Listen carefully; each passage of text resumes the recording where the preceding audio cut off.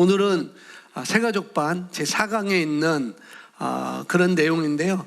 새가족반 4강이지만은 다는 저희 세사이 제가 전할 수 없고, 새가족반 새로 나온 거 그 보면은 동그라미에 사도행전의 교회들 이렇게 해놓고 그 밑에 그림이 있어요. 그림이 동그라미 그림이 있는데, 동그라미 그림 안에 사람, 또 맨 위에 사람, 그런지 맨 위에 사람, 왼쪽에는 말씀, 오른쪽에는 성령 이렇게 되어 있습니다. 오늘 이 세 가지 부분을 간략하게 우리가 보도록 하겠습니다.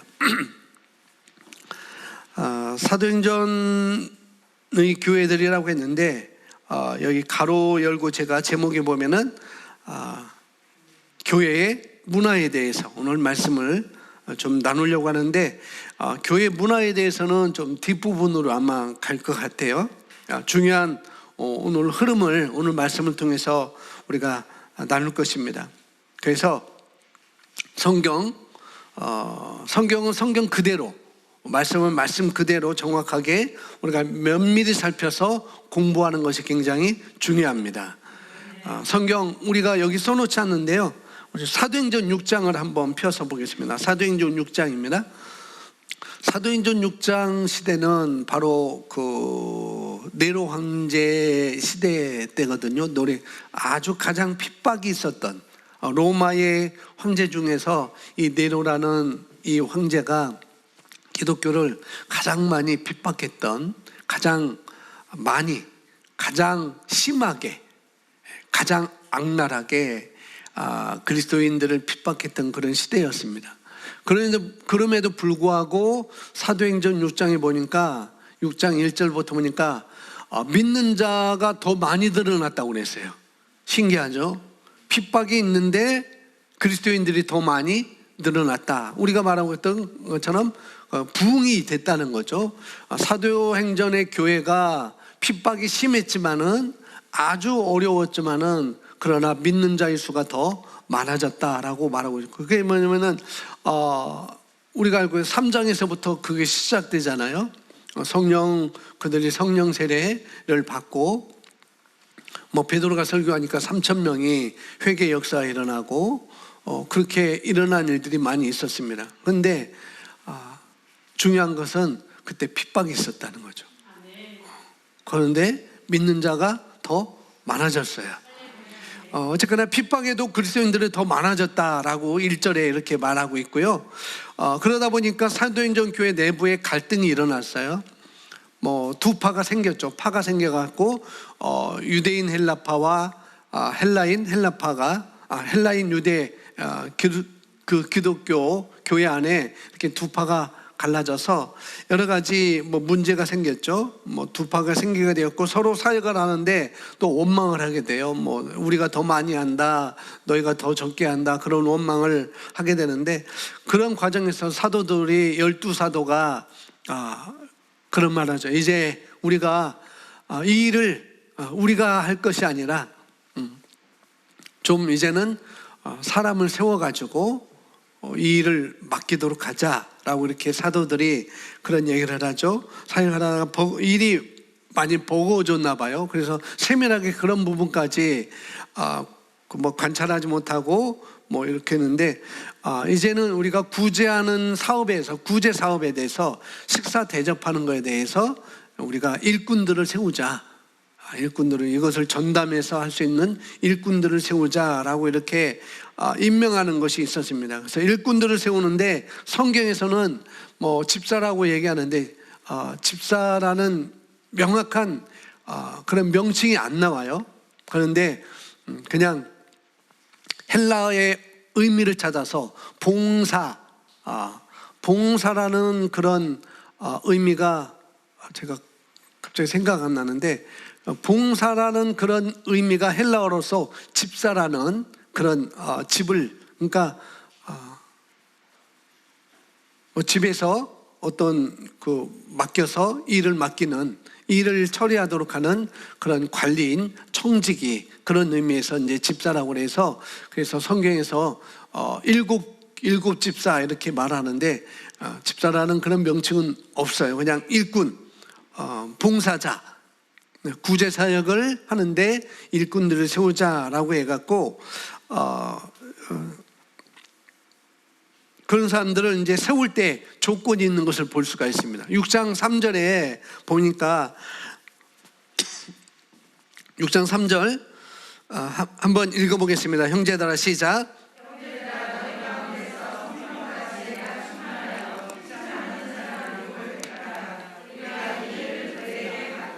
아멘. 자, 뭐 집사라는 얘기가 안 나왔지만은 뭐 헬라어 의미에서 집사라는 의미가 있으니까 사도행전 교회에서 집사들을 세울 때 조건이 있었습니다. 여기 보니까 3절에 보니까 그 조건이 뭐예요? 두 가지가 나왔죠. 6장에는 두 가지 단어가 옵니다. 3절에는 성령과 지혜가 충만한 사람. 그러니까 지혜와 성령이 충만한 사람. 성령과 지혜가 충만한 사람. 그러니까 지혜도 충만하고요. 또 뭐예요? 성령이 충만한 사람. 이해가 가시죠? 여러분 잘 들으셔야 돼요. 우리가 일을 할 때. 그래서 오늘 교회 문화를 배우기 위해서는 먼저 우리가 안경을 제대로 껴야 됩니다. 아멘.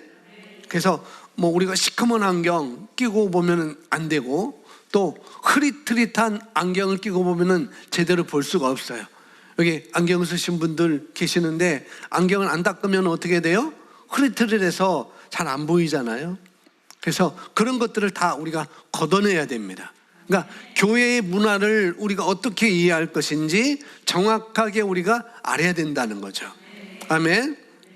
그래서 안경을 제대로 아주 정확하게 우리가 장착해 시키기 위해서는 먼저 이 이야기를 나누는 거죠. 지혜와 성령과 지혜가 충만한 사람, 이렇게 얘기하고 있고요. 6장 5절에 또 다르게 표현하고 있습니다. 6장 5절 함께 있습니다. 온 무리가 이 말을 기뻐하여 믿음과 성령이 충만한 사람 스데반과 또 빌립과 브로고로와 디몬과 바나메와 유대교에 입교한 안디옥 사람 니골라를 택하여. 아멘. 자, 믿음과 성령이 충만한 사람이라고 나와 있습니다. 믿음이 충만한 사람, 성령이 충만한 사람. 아까는 지혜가 충만한 사람, 성령이 충만한 사람. 여기 5절에서는 믿음이 충만한 사람, 그 다음에 성령이 충만한 사람. 그 세워진 집사님 중에 다른 사람들의 이야기는 잘 모르죠. 그러나 여러분이 잘 알고 있는 사람 누구예요? 스데반, 또 빌립. 우리가 잘 알고 있죠. 너무나 잘 아는데 이 6장의 스데반 집사님이 율법사와 이 바리새인들, 그 유대인들을 향해서 하나님의 복음을 전해요. 너희들이 십자가에 못 박은 사람이 이런 분이었다. 우리 조상 유대인들, 너희도 유대인들이지 않느냐. 유대인들 너희 조상들이 그토록 말했던 그 메시아, 그 오시리, 그분이 바로 너희가 십자가에 못 박았던 그 예수 그리스도라 라고 이렇게 말합니다. 그냥 말하는 게 아니라 정확하게 성경, 아마 스데반이 어떻게 해요? 지혜가 충만한 사람이었고 성령이 충만한 사람이었고 믿음이 충만한 사람이었어요. 그러니까 스데반이 구약의 성경을 저저굴굴 다 얘기하면서 유대인들에게 말하는 거예요. 예수님에 대해서. 예수님이 구약에서 이렇게 말했지 않느냐. 그 예수를, 메시아를 예수님이 이렇게 말했지 않느냐. 그 예수님이 이렇게 했지 않느냐. 신약에 왔던 그 예수님이 이렇게 그대로 이루어졌지 않느냐. 그 구약의 그 메시아가, 그 예수님이 오실 분이 이런 분이었지 않느냐. 그리고 신약에서 바로 이분이 이렇게 행했지 않느냐 라고 조목조목 지혜에 충만해서 믿음으로 스데반이 전하니까 이들이 말할 수 없는 거예요. 반박할 수 없는 거예요.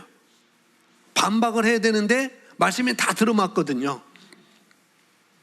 그럼에도 불구하고 속에서는 이글 끌어오르는 거예요. 그래서 성경에 보니까 이를 갈았다고 그랬어요. 이 유대인들이, 율법사들이 너무 말씀은 맞고 받아들이기 싫고, 그러니까 이가 갈리는 거죠. 반박도 못하고. 그때 또 두 가지 나와요. 지혜와 성령으로 말하기 때문에. 스데반을 반박할 수가 없었습니다. 스데반을 이길 수가 없었습니다. 자, 그 표현이 6장 10절에서 나오는데 두 가지가 또 나옵니다. 6장 10절 함께 있습니다. 시작.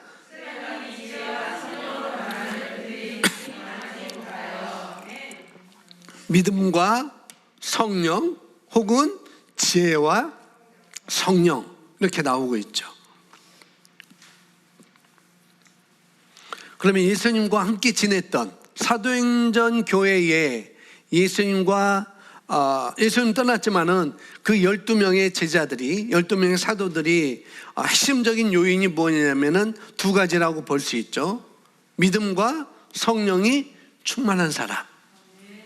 사도행전 교회 교인들, 사도들뿐만 아니라 제자들, 많은 그리스도인들의 두 가지 핵심적인 것이 있는데 뭐냐면은 지혜와 성령이 충만한 사람, 믿음과 성령이 충만한 사람이었다는 거죠.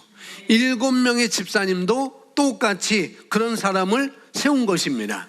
믿음과 지혜와 성령이 충만한 사람, 믿음이 충만한 사람, 성령이 충만한 사람.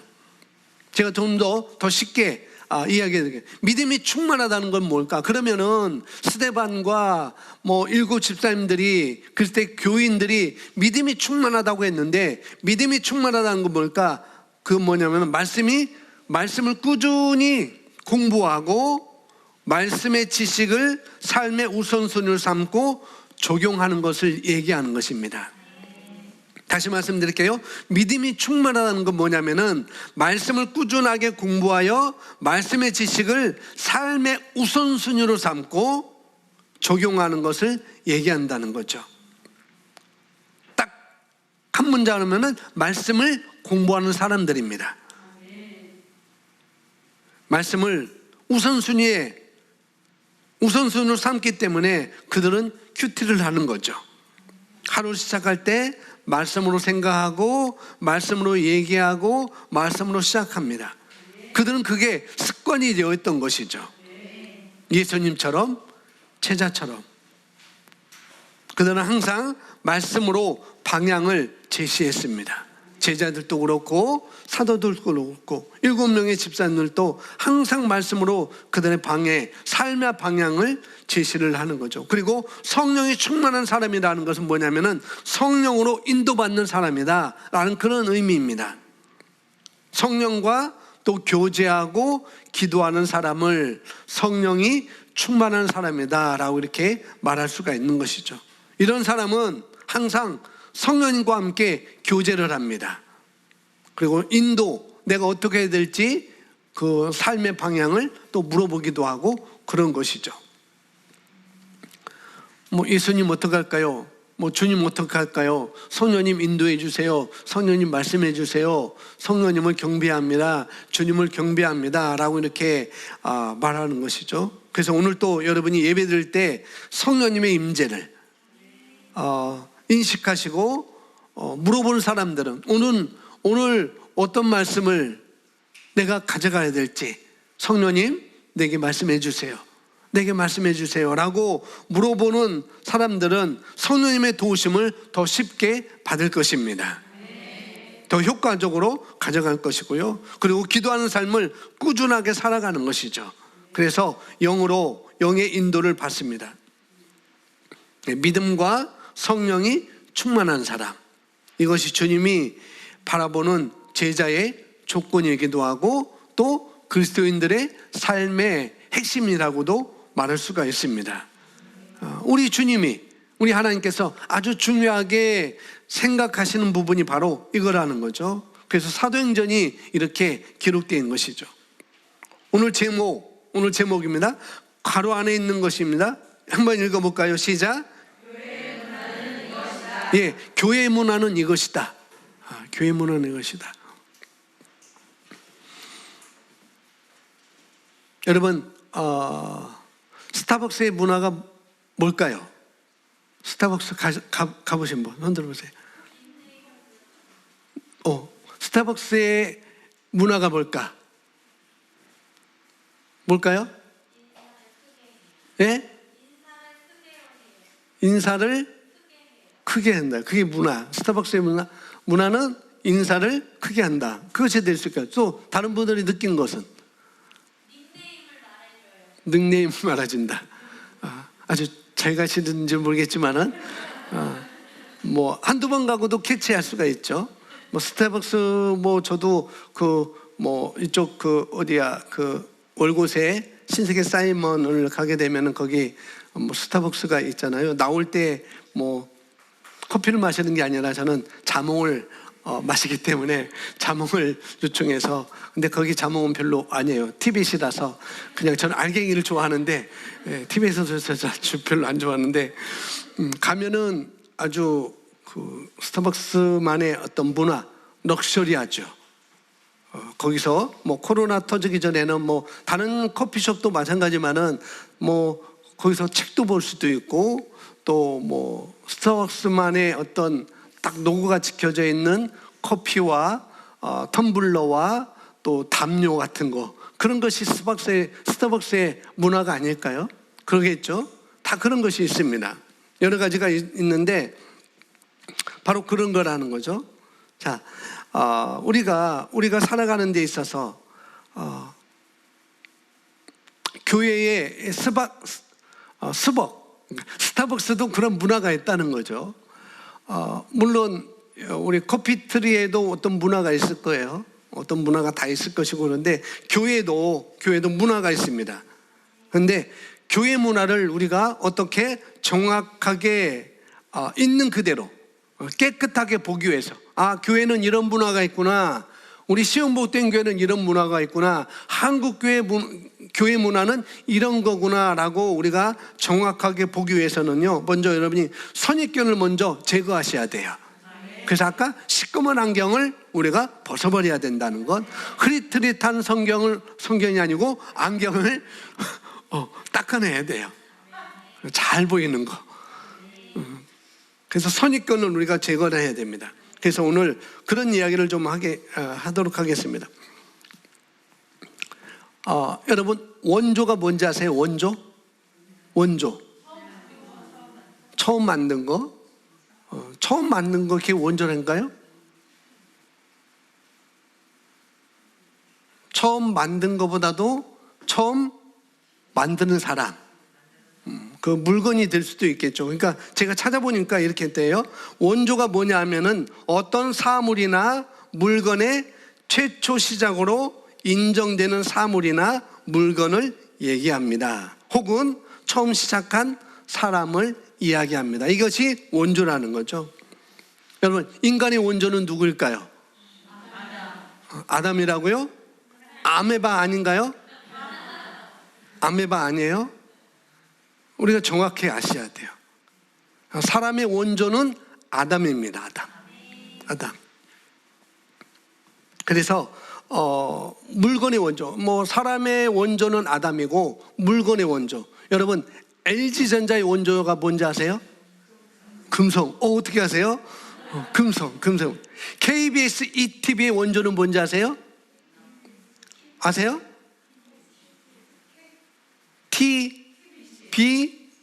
TBC예요? TBS예요? TBC예요? 그렇죠. 대한전선의 지금은 뭐예요? 대한전선의 지금 뭔지 모르세요? 한번 찾아보세요.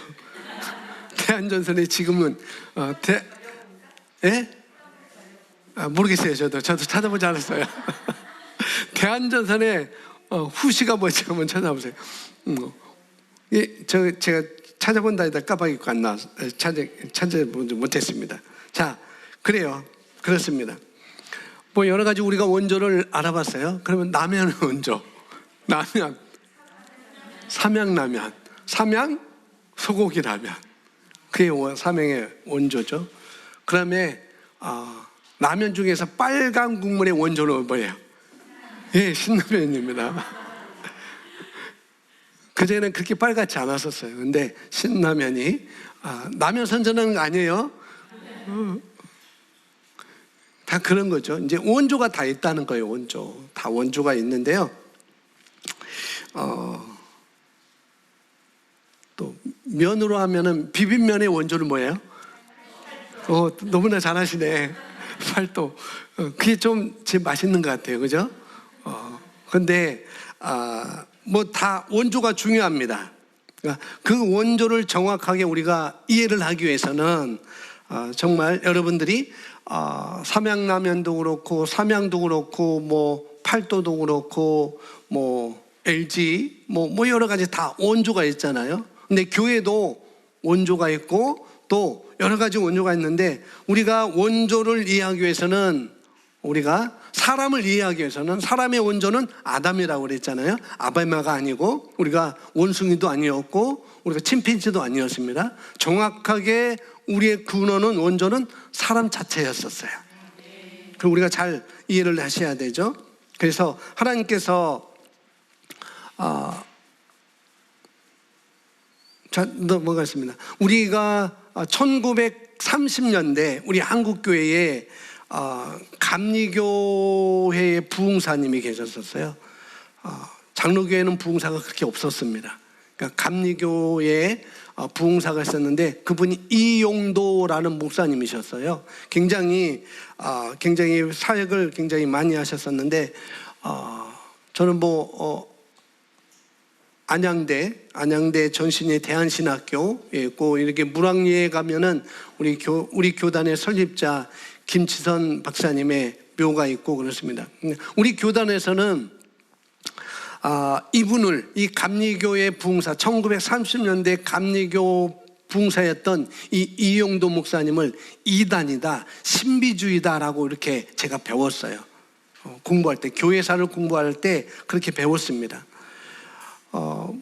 그냥 이분은 그냥 신비주의야. 그리고 이단이었어. 이렇게 딱 내려졌었어요. 우리나라에 처음에 들어온 선교사는 1884년에 알렌 선교사님 부부가 들어왔고 그 이듬해 언더우드와 그 다음에 아펜젤러 선교사님이 들어와서 복음이 들어왔습니다. 그래서 아펜젤러 선교사님은 그 감리교 쪽의 선교사님이었고 언더우드 선교사님은 북장로교, 장로교의 선교사님이었어요. 그러니까 우리나라에 최초에 들어왔던 교단이라고 한다면은 감리교가 들어왔고 장로교가 들어왔습니다. 그러니까 장로교가 들어오면은 장로교 선교사님들 들어오면은 장로교의 그런 교리들을 가르치겠죠. 감리교 선교사님이 들어온 인천 지역은 감리교 교회를 지우겠고 평양 쪽에서 이 장로교가 많이 됐는데 평양 쪽으로부터 시작해서 이렇게 쭉 내려오면은 장로교의 교단의 교리가 많이 세워졌었습니다. 그래서 우리나라의 기독교 문화는 두 부류였다는, 감리교의 그런 문화와 장로교의 그런 문화. 근데 오순절 교회, 쉽게 말하면은 지금으로 말하면은 순복음 교회의 그런 성령 운동파, 성령 운동화라는 그런 교단은 우리나라에 그 당시 안 들어왔어요. 그런데 미국에는 그 당시에, 미국이나 영국이나 유럽에는 그 당시 오순절 교회의 운동이 많이 일어나고 있습니다. 그래서 성령의 역사들이 많이 일어나고 부흥이 많이 일어났었어요. 장로교의 그런 것보다도 감리교나 그런 오순절 교회에 그런 운동이 많이 일어나, 성령 운동이 많이 일어나서 부흥이 굉장히 많이 일어났죠. 또 그러니까 우리나라도 그런 제자들이 많이 형성됐어요. 뭐 성령 역사도 많이 나타나고 운사들도 많이 나타났습니다. 그리고 우리 한국은 그런 것을 경험할 수가 없었습니다. 왜? 그런 오순절파의 오순절 교회, 그런 교회들이 늦게 들어왔기 때문에, 먼저는 감리교와 장로가 먼저 들어왔기 때문에 그런 성령의 역사와 성령운동 그런 것들이 많이 접할 수가 없었고, 또 오순절 계통의 교회 부흥과 그런 말씀의 역사가 많이 나타나지 않았습니다. 왜냐하면 1930년도에 그 당시 주 메인은 장로교였었어요. 장로교, 정통 장로교 교리들이 많이 메인이었기 때문에 그들이 볼 때, 장로교의 교인들이 볼 때 장로교회 교회 목사님들이 볼 때 이용도 목사님이 하는 것은 신비주의였죠. 왜? 전혀 경험하지 못한 것을 했기 때문에. 그래서 그들이 말하는 방언을 말하는 것, 저들이 손을 얹고 기도하는 것, 모든 것들이 다 신비하게 보였어요.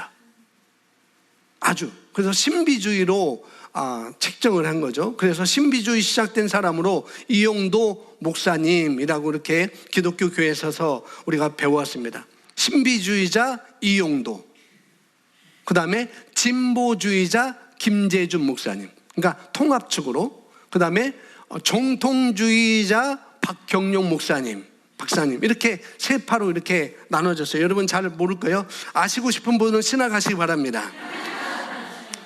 참고로 이용도 목사님은 아주 어머니의 신앙이 굉장히 깊었었다고 그래요. 어머니의 기도가 있었고 아버님의 그런 기도가 있었겠죠. 그래서 이 부모님을 따라서 새벽기도를 나갔는데 새벽기도 열심히 나갔었나 봐요. 어머님을 따라서 어렸을 때부터 새벽기도 열심히 나갔는데 어느 새벽기도를 나갔는데 거기서 귀신 들린 사람이 나와서 있는데 목사님께서 그 귀신 들린 사람에게 손을 얹고 말씀을 가지고 명령했을 때 그 귀신이 떠나가는 것을 봤고 그 귀신 들린 사람이 아주 온전하게 된 것을 이용도 목사님이 본 거예요.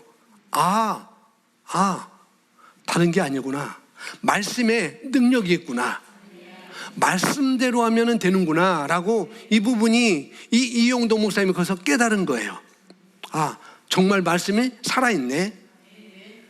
때린 것도 아니고 그냥 끄집어낸 것도 아니고 목사님이 그냥 예수의 이름으로 이 마귀 사단아 떠나가라.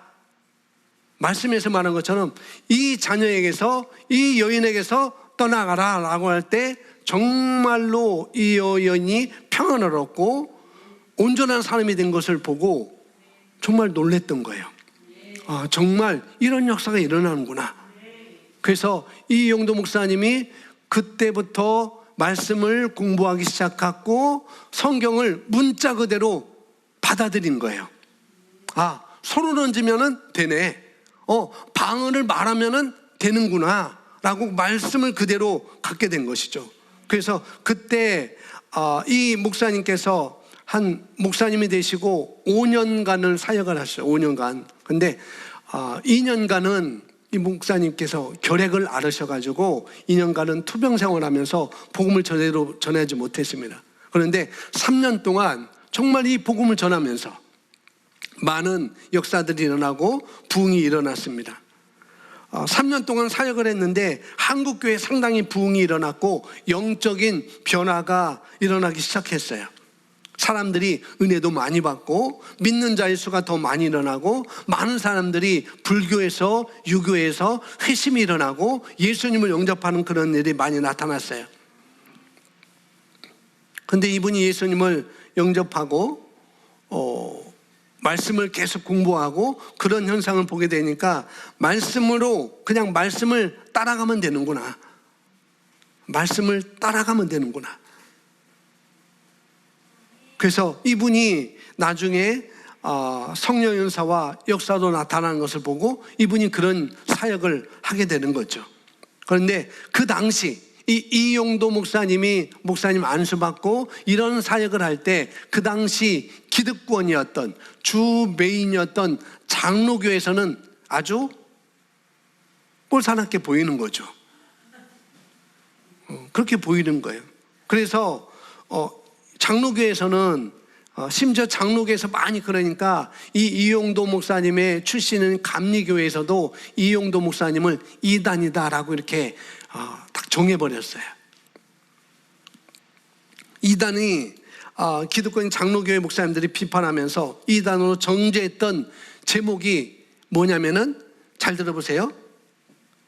왜 이용도 목사님을 이단으로 딱 점을 찍었는가?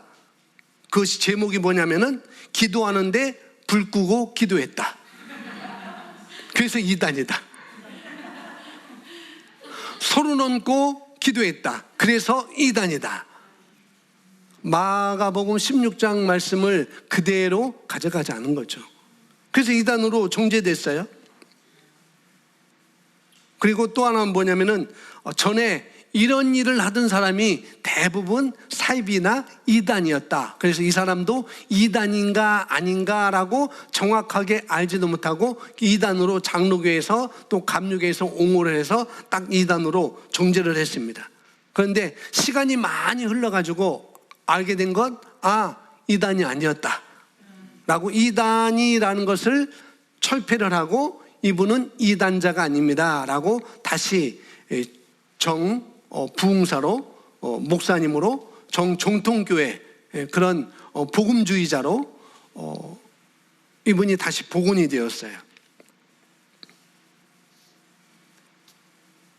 그때는 기도할 때, 그 당시는 기도할 때 갑자기 예배당 불 끄고 기도하면 이단이, 그때는 이단이었어요. 지금 불 끄고 기도하면 이단일까요? 아니에요. 그때는 그랬다고요. 지금 여러분이 손 얹고 기도하면 이단일까요? 아니요. 그때는 그랬습니다. 여러분이 방언으로 안 하면은 이단일까요? 아니요. 그때는, 그 당시에는 그랬어요. 분위기가, 그렇게 생각하는 분위기가 아주 팽배했습니다. 왜냐하면은 장로교 계통에서는 성령의 인도라든가, 우리 교회도 장로교인데 제가 그렇게 말하는 거예요. 그 당시 장로교에서는 성령의 인도, 성령의 역사, 은사가 나타나는 것, 이런 것을 이런 것에 지식이 아주 전무했습니다. 아주 무지했다는 거죠. 알지 못했어요. 그래서 그때는 방언을 말하면은 이상한 사람이 되었어요. 그때는 교회에서 기타를 치거나 드럼을 치면은 이상한 교회였습니다. 피아노도 갖다 놓지 못했어요. 갖다 놓는 것은 풍금을 갖다 놓아야, 풍금이 뭔지 아세요? 오르간의 온조, 풍금을 가지고 발을 막 굴르면서 이렇게 쳐야 그것이 바로 정통교회고, 피아노 갖다 놓으면은 서양의 귀신이 들어와서 쓰여진 거다라고 이단으로 봤다니까요. 우리 시골 모교에도 드럼을 갖다 놓으려고 했는데 드럼 치면은 이단이라고. 제 모교의 목사님이 그런 목사님이었다니, 장로교. 제가 그런 데서 공부를 했고, 그런 데서 신앙을 시작했고, 그런 교단에서 제가 공부를 했어요.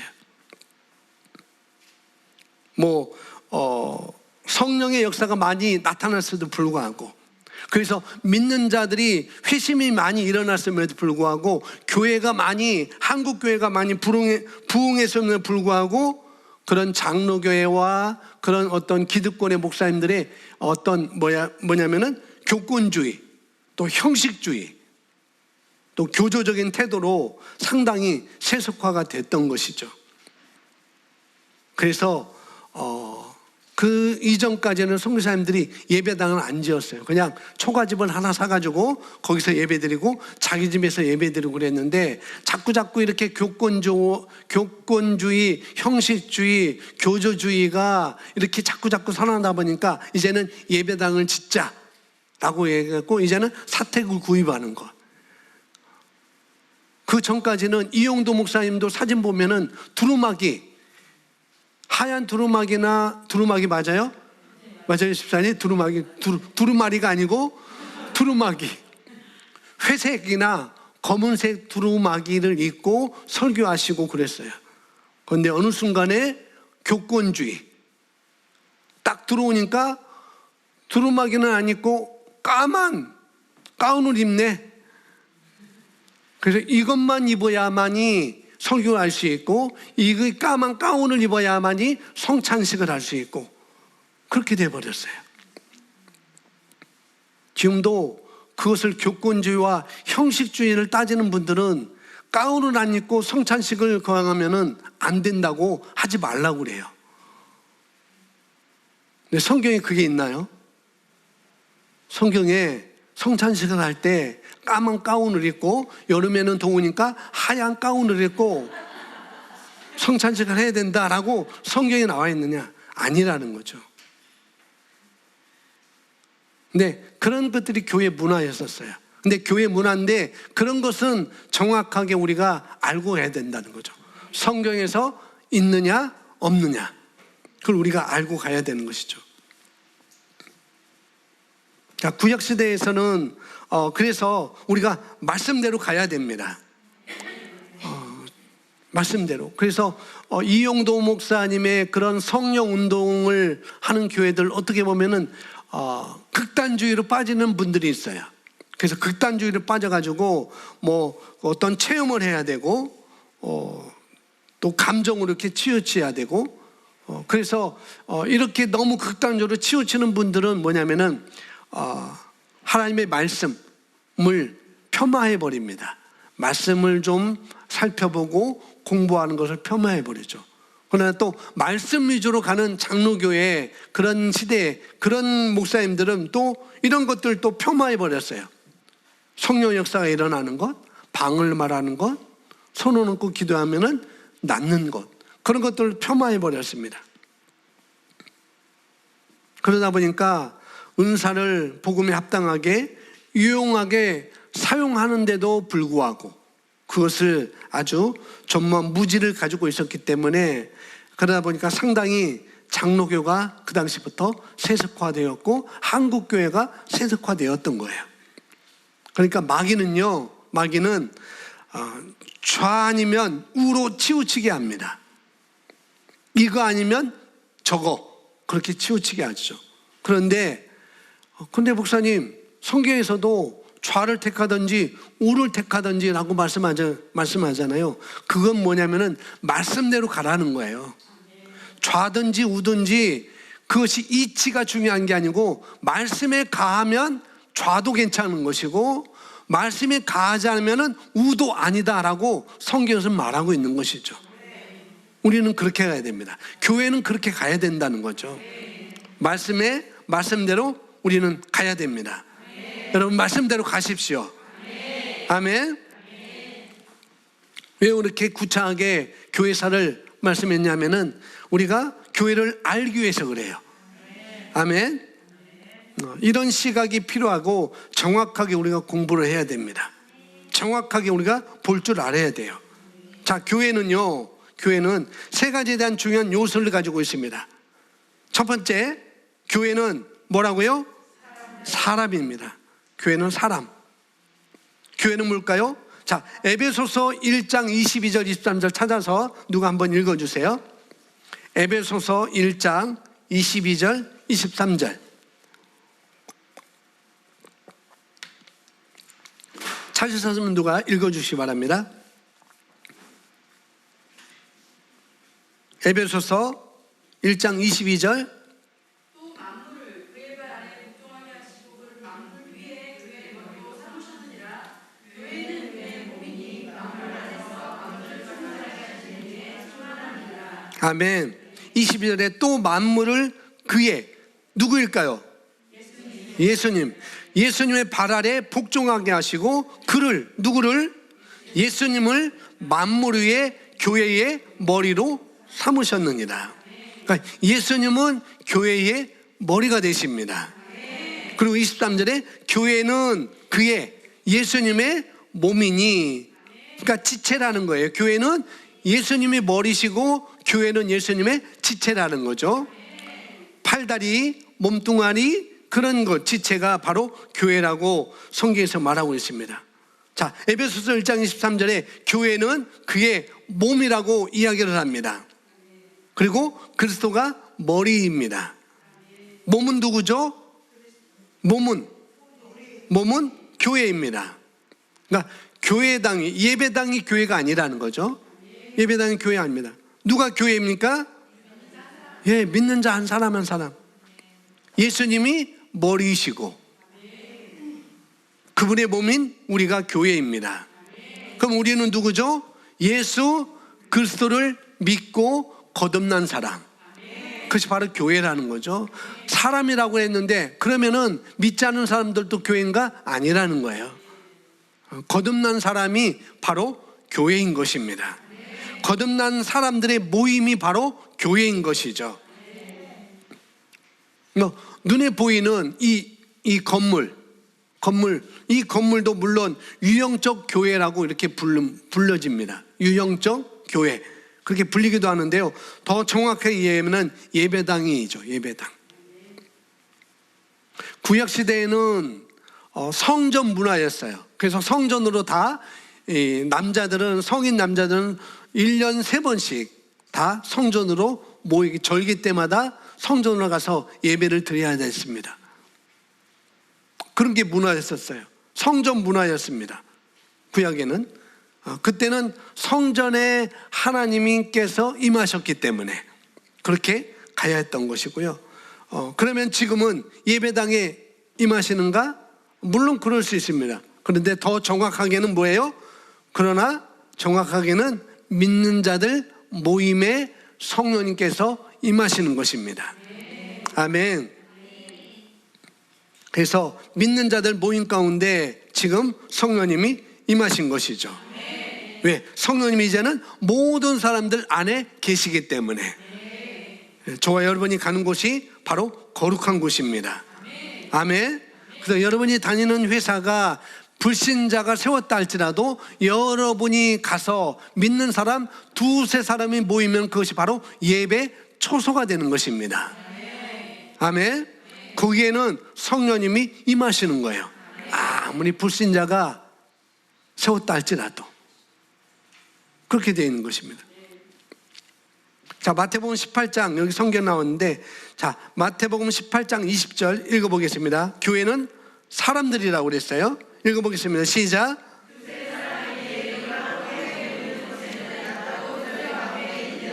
예, 예수의 이름으로 모이는 그것이 바로 교회라는 거죠. 왜? 주님이 거기 계시거든요. 성령님이 거기 계시거든요.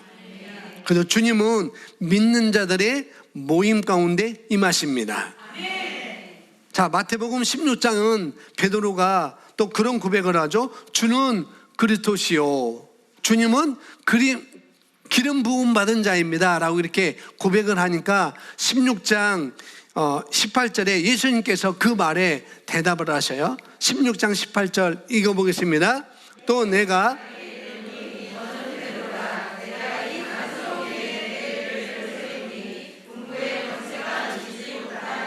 아멘. 말씀하시기를 베드로야 내가 너에게 말하니 너는 베드로라 라고 말씀하시죠. 자, 이 베드로는 헬라어로 페트로스 사람들인데 돌멩이입니다. 돌멩이. 베드로는 헬라어로는 뭐라고요? 돌멩이. 너는 돌멩이야. 돌멩이에요. 그런데 돌멩이 작은 돌인데요.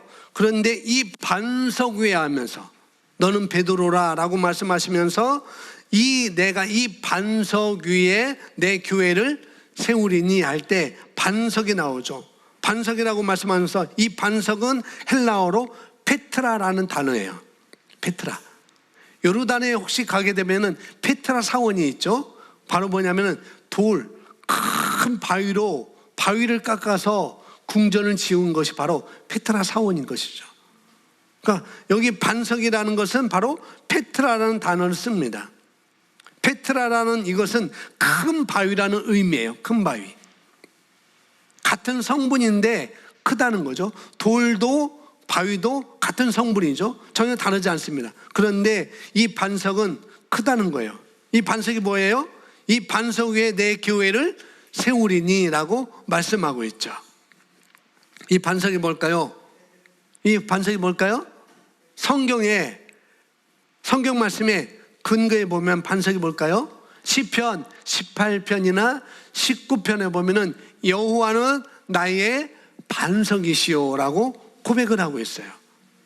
이것을 사도 바울이 고린도전서 10장 4절인가 그 앞글려 보면은 뭐냐면은 그리스도가 나의 반석이시오 라고 말합니다.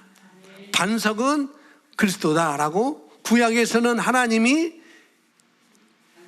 반석이다 라고 말하고 있고 신약에서는 예수님이 반석이다 라고 말씀하고 있어요.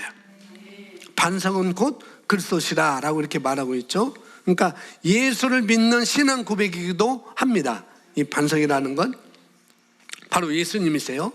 그 예수님을 믿는 믿음 위에 수많은 교회를 세우겠다라고 말씀하고 있는 것입니다.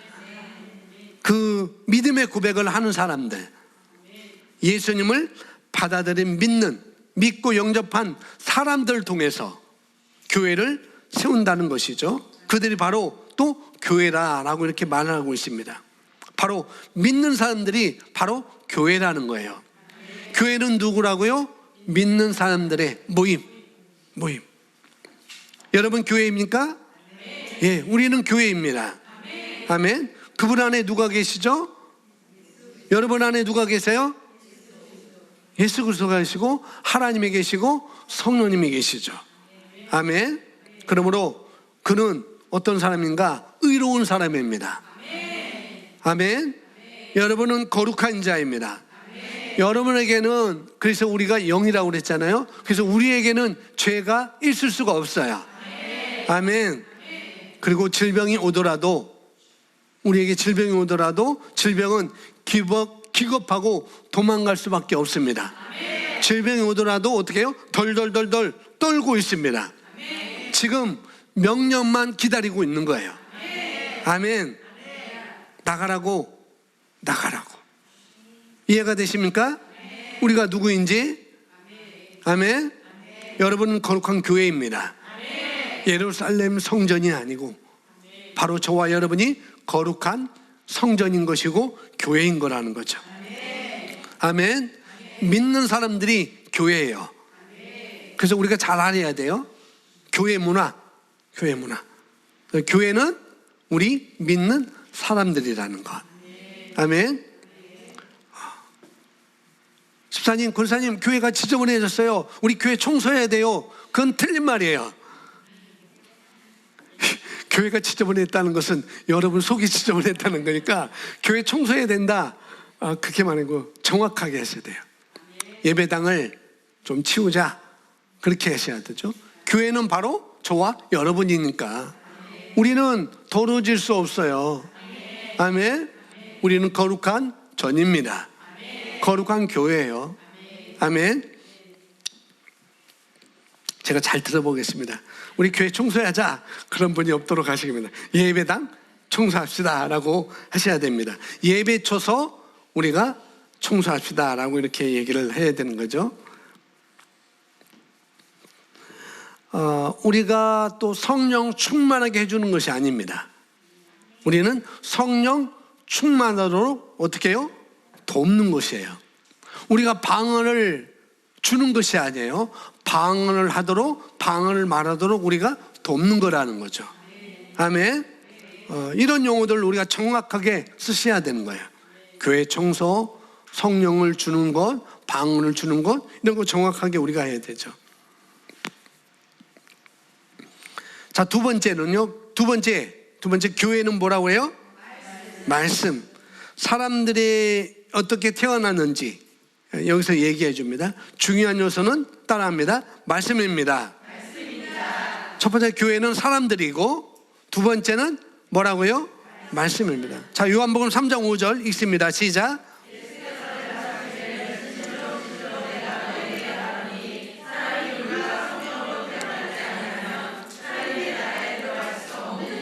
아멘.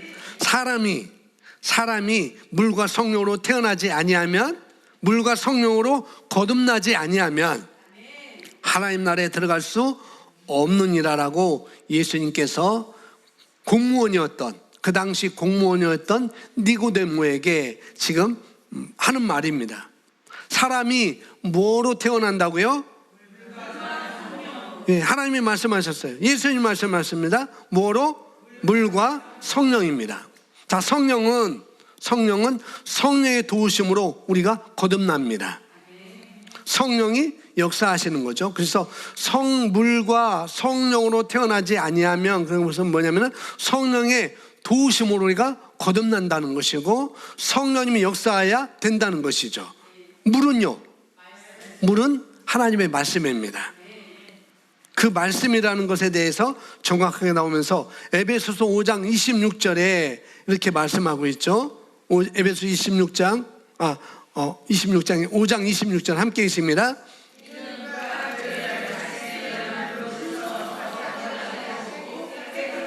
아멘. 그가 교회를 말씀에 의한 물로 씻어 거룩하게 하셨다고 말합니다. 영어로 써놨어요. 영어로 보니까 washing over water by the word라고 이렇게 써져 있어요. 말씀에 의하면 물로 씻는 것이, 물론 어떤 말씀은 물 같은 것을 성령을 이야기도 하는 문맥도 있어요. 물은 꼭 말씀만이 아니고 어떤 부분에서는 성령으로 이렇게 문맥이 이렇게 되어 있습니다. 그런데 여기에는 말씀을 얘기하는 것입니다. 물은 말씀을 얘기하는 거죠. 물로 씻는데 다른 말로 하면 뭐예요? 말씀으로 씻는다는 거예요. 아멘. 그것에 대한 정확한 근거가 또 요한복음 15장 3절에서 나오고 있습니다. 요한복음 15장 3절 읽습니다.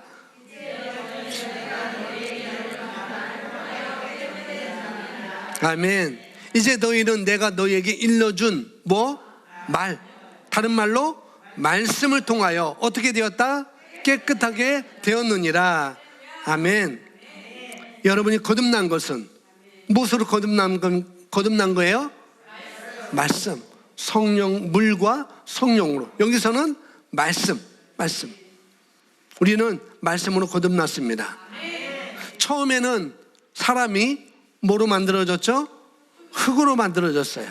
처음에는 흙으로 만들어졌다가 어떻게 해요? 아담을 흙으로 빚었거든요. 그리고 어떻게 해요? 하나님은 사람을 만들게 하나님은 흙으로 아담을 폼을 만든 거죠. 폼을 만들어 놓고 어떻게 해요? 하나님께서 그 아담의 코에 호흡을 불어 넣으셨어요. 하나님의 생명을 불어 넣으셨을 때 거기 성경 보니까 비로소 생명이 된지라 라고, 살아있는 사람이 되었다, 하나님이 영이 들어간 살아있는 사람이 되었다 라고, 생명이 된지라 라고 말하고 있습니다. 그게 바로 첫 번째 사람이었습니다. 그런데 첫 번째 사람이 그렇게 지어졌음에도 불구하고, 그렇게 만들어졌음에도 불구하고 아담과 하와가 첫 번째 사람이 사단의 유혹에 그냥 슬쩍 넘어가서 범죄함으로, 타락함으로 말미암아 죄가 들어오게 됐고 사망이 그들에게 들어오게 된 것이죠. 그들에게 모든 권세를 가지고 있었는데 모든 권세를 다 사단에게, 마귀에게 다 빼앗겨 버린 것입니다. 그냥 갖다 바친 거예요. 그냥 갖다 바쳤습니다. 그런데 예수님께서 오셔서 우리의 그런 사망을, 그런 죄값을 예수님이 다 치루심으로 말미암아 우리가 이제 그분을 나의 주님으로 영접할 때 우리는 새로 거듭나게 되었습니다. 아니, 말씀으로 우리는 거듭나게 된 것이죠. 아멘. 그래서 말씀으로 거듭난 우리는 바로 영인 것입니다. 아멘. 영, 스피릿. 여러분이 영이 새로 태어난 거예요. 육이 태어난 게 아니라 영이 새로 태어난 것입니다. 그래서 요한복음 3장 6절에 안 써있지만 뭐라고 하냐면은 예수님께서 육으로 난 것은 육이고 영으로 난 것은 영이야 라고 이렇게 말씀하고 있죠. 그래서 성령으로 말미암아 너희는 다시 새로운 영으로 거듭난 거야 라고 말씀을 하고 있는 것입니다. 그래서 여러분은 뭐라고요? 영입니다. 여러분은 혼이 아니에요. 여러분 육이 아니에요. 우리는 영인 것입니다. 우리는 하나님의 자녀가 되었습니다. 우리는 영의 자녀가 되었습니다. 그리고 영입니다. 뭘로 태어났다고요? 말씀으로 태어났습니다. 자, 주보 2번에 1번 보시면 2번에 1번 있습니다. 찾으셨나요? 보이시나요? 야고보서 1장 18절 보이시나요? 자, 읽어보겠습니다. 시작.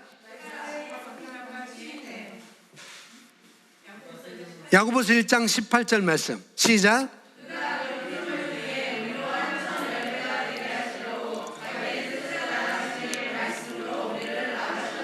아멘. 진리의 말씀으로 누구를? 나를 낳으셨느니라.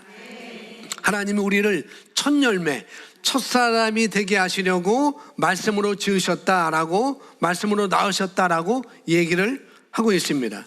자, 베드로전서 1장 23절 거기 앞에 있는데, 베드로전서 1장 23절 읽습니다. 너희가 시작.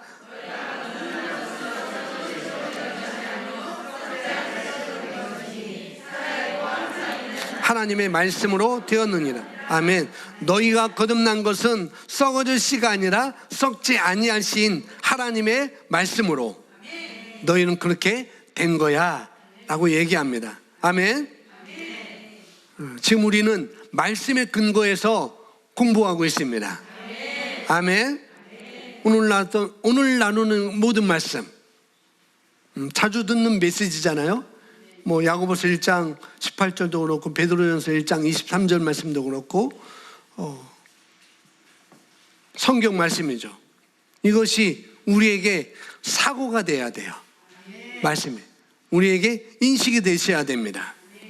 아멘. 그리고 여러분이 누군가에게 정확한 이해를 우리가 가져야 됩니다. 10대든 20대든 뭐 30대든 여러분이 말씀에 능숙한 자가 되어서 성숙한 자로 올라가시기 바랍니다. 아멘. 말씀에 능숙한 자가 성숙한 자예요. 누가 어른입니까? 60대, 70대가 6으로 보면은 어른이지만 0으로 보면은 어떻게 해요? 말씀을 따라 생각하고 말씀을 따라 말하고 말씀을 따라 행동할 수 있는 사람, 그런 사람이 어떻게 해요? 성숙한 사람이라는 거죠. 그런 사람이 스승이 되어야 됩니다. 아멘. 교회는 목사가 있고 양이 있습니다. 교회는 시아버지가 있고 시어머니가 있는 곳이 아니에요. 교회는 주님과 양이 있는 것입니다. 여호와는 나의 목자시니 내가 부족함이 없으리로다. 나는 선한 목자라 주님이 말씀하셨죠. 그래서 교회는 삼촌이 있는 것도 아니에요. 그치? 삼촌이 있는 것도 아니에요. 어떻게 보면 그렇다는 거죠. 그렇다고 삼촌이 있는데 삼촌이라고 부르지 말라는 소리 아니에요. 뭐 시어머니 계신데, 뭐 시아버지 계시는데, 또 뭐 친정 어머니 계시는데 친정 아버지 계시는데 그렇게 부르지 말라는 소리도 아닙니다. 우리가 말씀에서 우리를 어떻게 보여야 되는지 그걸 보시라는 거예요. 아멘. 누가 성숙한 자인지. 우리는 모든 것을 말씀 안에서 정확하게 볼 수 있는 눈을 가지고 있어야 됩니다. 그 다음에 중요한 걸 뭐냐면은 따라합니다. 성령은 성령 하나님이시죠. 자, 성령님께서 교회를 탄생시키시는데, 교회를 세우는 데 있어서 중요한 역할을 하게 됐습니다. 사도행전에 보면 성령은요, 우리를 새롭게 거듭나게 할 때 탄생하도록 또 도와주십니다. 그 성령은 거듭난 우리가 영적 아기 때부터 영적으로 어른으로 성장하기까지 이분은 우리를 도우시는 분이에요. 인도하시고 도와주십니다. 그래서 성령이 일하는 뭐 여러 가지 일이 있지만은 성령이 일하는 네 가지를 요한복음 14장 26절에서 말씀하고 있고, 그 다음에 16장 13절에서 보시면 나와 있으면 성령님이 일하시는 네 가지, 이것을 여러분이 이해하시면 좋을 것 같아요. 왜냐? 우리를 거듭나러 도왔을 뿐만 아니라 지속적으로 우리가 하나님의 목적과 또 의도 있는 삶을 제대로 살 수 있도록 성령님이 도우시거든요. 옆에서. 그게 네 가지입니다. 말씀을 기억나게 합니다. 말씀을 가르쳐 깨닫게 합니다. 네, 하나님이 하신 말씀, 배운 말씀을 첫 번째 생각나게 하고 기억나게 하십니다. 두 번째 깨닫게 가르쳐 주시고, 그리고 여러분은 팩트가 사실이 아니고 뭐예요? 영원한 진리로 인도하십니다. 그리고 마지막에 장래 일들을 우리에게 뭐예요? 알려주시죠. 이렇게 네 가지. 요한복음 14장 23절, 14장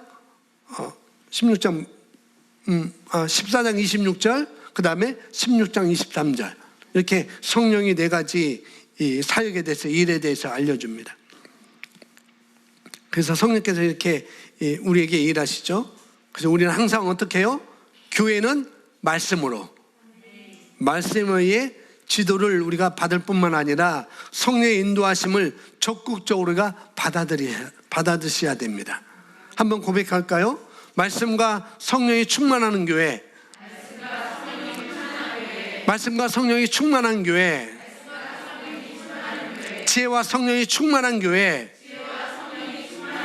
아멘.